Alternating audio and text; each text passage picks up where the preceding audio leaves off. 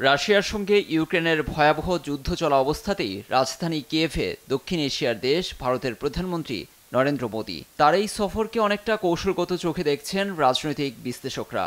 শুক্রবার জেলেনস্কির সঙ্গে বৈঠক করেন মোদী। তার এই ঐতিহাসিক সফরে আলোচনার মূল বিষয়বস্তু ছিল মস্কো কিয়েভের যুদ্ধ।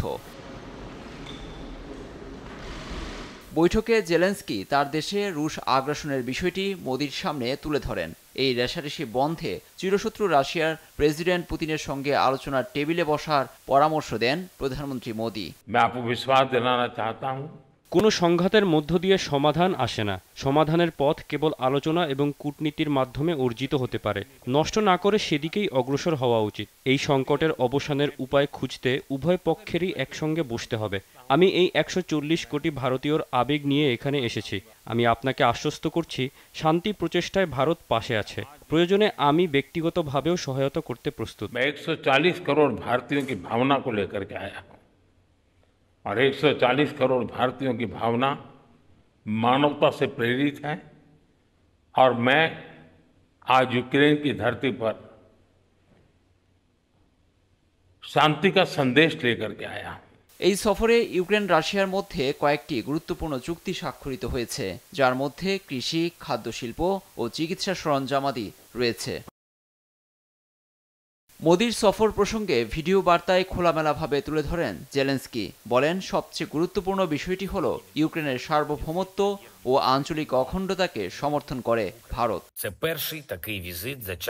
কিভাবে ইউক্রেনের বিরুদ্ধে রাশিয়ার আগ্রাসন বন্ধ করে শান্তি নিশ্চিত করা যায় সে বিষয়ে মোদির সঙ্গে আমার দীর্ঘ আলোচনা হয়েছে। এই যুদ্ধের মধ্যেই কিয়েভকে দিল্লি যে মানবিক সহায়তা দিয়েছে তার জন্য আমরা কৃতজ্ঞ। ভারত আমাদের সার্বভৌমত্ব ও আঞ্চলিক অখণ্ডতা মৌলিক নীতিগুলোকে সমর্থন করে।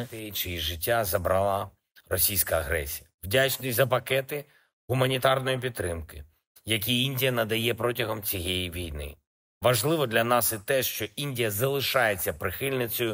তবে যুদ্ধ চলাকালীন রাশিয়ার কাছে জ্বালানি তেল কিনে সমালোচনার মুখে পড়ে ভারত। তবে কিয়েভে সংবাদ সম্মেলনে ব্যাখ্যায় ভারতীয় পররাষ্ট্রমন্ত্রী জানান, এটি কোনো রাজনীতির অংশ নয়। জ্বালানি তেল ক্রয় নিয়ে যে প্রশ্ন উঠেছে, বিষয়টি এমন নয় যে এতে রাজনৈতিক কৌশল রয়েছে। তেল ক্রয়ের জন্য বাজার নীতি আছে। We are willing to do whatever we can because we do think that the continuation of this conflict is terrible for. গেল জুনের এক পরিসংখ্যানে উঠে আসে, তুলনামূলক সাশ্রয়ী মূল্যের কারণে ভারত রাশিয়া থেকে মে মাসে রেকর্ড পরিমাণ জ্বালানি তেল আমদানি করে। লুৎফর কবির, নিউজ ডেস্ক, দেশ টিভি।